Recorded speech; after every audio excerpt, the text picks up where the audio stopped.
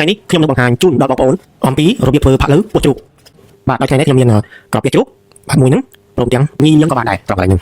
រួចរាល់ហើយយើងដាក់ដាំទឹកឲ្យពុះយើងយកមកសោះនឹងទឹកក្តៅម្ដងទៀតដាក់ចូលមកទឹកដាក់កំពុងពុះដាក់ចូលហ្នឹងអូខេប្រហែលនេះយើងសកត់វាបន្តិចទៅឲ្យវាលិចយើងយកអំបិលបាទអំបិលទៀតតែនឹងបងប្អូនចង់អំបិលដាក់អំបិលទៅមួយស្លាបព្រាទៅបន្តទៀតគ្របវាក៏យ៉ាងណាឲ្យទឹកនឹងពុះបាទមួយសន្ទុះប្រហែលជា5នាទីឲ្យបានបងប្អូនយើងចាប់ស្រោតមកវិញបាទនេះអូខេនៅពេលហ្នឹងគឺយើងដាក់ចូលហើយបន្តទៀតយើងយកទៅលាងទឹកបាទធ្វើយ៉ាងណាឥឡូវនេះយើងមកមើលគ្រឿងត្រូវវិញបាទគ្រឿងត្រូវថ្ងៃនេះមានអ្វីខ្លះដូចជាស្ករត្នោតទឹកស៊ីអ៊ីវខ្មៅទឹកស៊ីអ៊ីវខាប់មានខ្ទឹមសខ្ទឹមក្រហមយើងដំឲ្យបាយចឹងមកហ្នឹងហើយមានរំដេងខ្ញីយើងហាន់មកបាទបងប្អូនហ្នឹងហើយហាន់ដូចខ្ញុំបង្ហាញមកសន្លឹកស្លឹកតើយបាទនេះគឺជាស្លឹកតើយ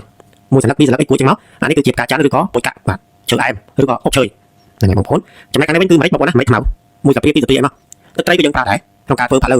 នេះធ្វើរបស់គ្រួសារខ្ញុំទឹកស៊ីអ៊ីវបាទក៏ប្រើដូចគ្នាឥឡូវនេះយើងចាប់តាមធ្វើដល់យើងប្រើផ្ទះមួយមកឬក៏ឆ្នាំក៏បានបងប្អូនដាក់ស្ករត្នោតយើងចូលស្ករត្នោតប្រហែលជា2ស្លាបព្រាបាទចាប់បានញីបាទលើញីវាឲ្យរលាយមកស្ករត្នោតអានេះគឺយើងនឹងឲ្យស្ករដែរក៏តែកុំភ្លេចដាក់ខ្ទឹមសខ្ទឹមក្រហមដែលយើងបានដំឲ្យបាយដាក់ចូល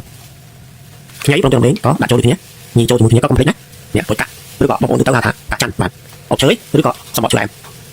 ម្រេចខ្មៅដាក់ចូលមកញីចុះញីឡើងប្រើភ្លើងសាច់សោយបាទមួយសន្ទុះក្រោយមកគឺចាប់ដើមថាស្ករចាប់ដើមជើងក្រហើយនៅពេលនេះពណ៌សម្បកក៏ប្រែដែរដាក់ទឹកស៊ីអ៊ីវចូលបងប្អូនដាក់បន្តិចបានហើយទឹកស៊ីអ៊ីវចាំយើងថែមដាក់ប្រើក៏បានដូចជាទឹកត្រីហ្នឹងក៏ចឹងដែរខ្ញុំប្រើប្រហែលជា2ស្លាបព្រាបាទមក2ស្លាបព្រាអញ្ចឹងបាទឬក៏3ស្លាបព្រាបន្តមកយើងយកពោះជ្រូកឬក៏កាពីជ្រូកយើងដាក់ចូលបាទពោះជ្រូកកាពីជ្រូកខ្ញុំនេះខ្ញុំប្រើទៅ1.1 គីឡូបាទ1គីឡូដែរហ្នឹងហើយនេះចង់ញ៉ាំធ្វើតែប៉ុណ្្នឹងបងប្អូនណាមានច្រើនដាក់ច្រើនមកមានត្រចៀកជ្រូកមានចំមុះជ្រូកគេដាក់បានដូចគ្នាបងប្អូនបន្តមកទៀតយើងដាក់ទឹកចូលតែម្ដងទឹកបាទទឹកស្អាតយ៉ាងហ្នឹងសម្រាប់ស្លអីណាបងប្អូនហ្នឹងហើយសន្លឹកតើយកុំភ្លេចបងប្អូនបន្តមកទៀតទឹកស៊ីអ៊ីវខ្មៅឬទឹកស៊ីខាប់ហ្នឹងដាក់ចូលបន្តិចទៅហ្នឹងសកត់វាអូខេបន្តមកទៀតកុំភ្លេចបងប្អូនដាក់អំបិលចូលបន្តិចផងបាទដាក់អំបិលផងណាព្រោះយើងប្រើទឹកស៊ីអ៊ីវប្រើទឹកត្រីក៏ដាក់អំបិលចូលបន្តិចផងបន្តមកយើងគ្របមករឹងមកឥឡូវនេះយើងងាកមកមើលរបៀបធ្វើទឹកសៀងយើងម្ដងបាទទឹកសៀងនេះគឺខ្ញុំមានសៀងមួយចានបន្តមកទៀតទឹកខ្មេះបាទក៏មានខ្ទឹមសចិញ្ច្រាំផងដែរមានម្ទេសបាទហើយសៀងកុំភ្លេចបងប្អូនយើងយកទៅចិញ្ច្រាំយកកែនេះមកសិនឥឡូវនេះចាប់ដាក់ប្រេងឆាមួយចូលក្នុងឆ្នាំងបាទដាក់បន្តិចមកអូខេបន្តមកខ្ទឹមសដាក់ចូលដើម្បីយើងបំពងខ្ទឹមសហ្នឹងឬក៏លីខ្ទឹមសហ្នឹងឲ្យវាឡើងឈ្ងុយបន្តិចសិនប្រេងឆាក៏ពុំចាំបាច់ដាក់ច្រើនទេបងប្អូនដាក់ល្មមធ្វើថាយើងអាចនឹងលីងឬក៏បំពងខ្ទឹមសឲ្យឡើងឈ្ងុយបានហើយបន្តមកដាក់ស្ករសបន្តិចចូលបាទ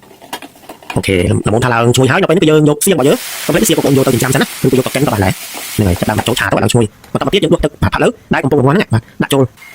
តែកុំភ្លេចបងប្អូនសៀងប្រៃណាបាទសៀងប្រៃក៏បងប្អូនខ្លាចប្រៃបងប្អូនប្រើចិត្តចិនដាក់ចូលក៏បានដូចគ្នាហ្នឹងហើយពីឆាមកបន្តមកទៀតយើងប្រើទឹកខ្មេះដាក់ចូលដោយបរិមាណល្មមបងប្អូនភ្លក់បដាក្រៃងជូរជ្រុលបាទកែអត់កើតទេហ្នឹងហើយប៊ីចេងដាក់ចូលមកបើសិនជាបងប្អូនទម្លាប់ប្រើប៊ីចេងហ្នឹងហើយអូខេបន្តទៅគឺយើងបានហើយទឹកសៀងសម្រាប់ចូលលក់ផាក់លើបងប្អូនអាចកិនខ្ញីដាក់ញីចូលក៏បានដូចគ្នាបាទចំពោះទឹកសៀងណាឈ្ងុយឆ្ងាញ់បាទយើងប្រើដោយបន្តិចហាន់មកមានចេញមានទុំមកហ្នឹងហើយឃើញទេគាត់តែប៉ុណ្្នឹងទឹកសៀងផាក់លើគឺបានហើយមិនពិបាកទេឥឡូវនេះយើងងាកមកមើលបាទផាក់លើយើងឃើញថារងាស់ឃើញថាផុយហើយយើងអាចញ៉ាំជាមួយនឹងទឹកជ្រក់សៀងបានឥឡូវនេះវីដេអូក៏បានចូលដល់ទីបញ្ចប់ផងដែរអរគុណបងប្អូនដែលបានទស្សនាវីដេអូនេះសូមមេត្តាបងប្អូនជួយ like share វីដេអូបន្តសូមឲ្យព្រះជាម្ចាស់ប្រទានពរដល់បងប្អូនអរគុណជម្រាបលា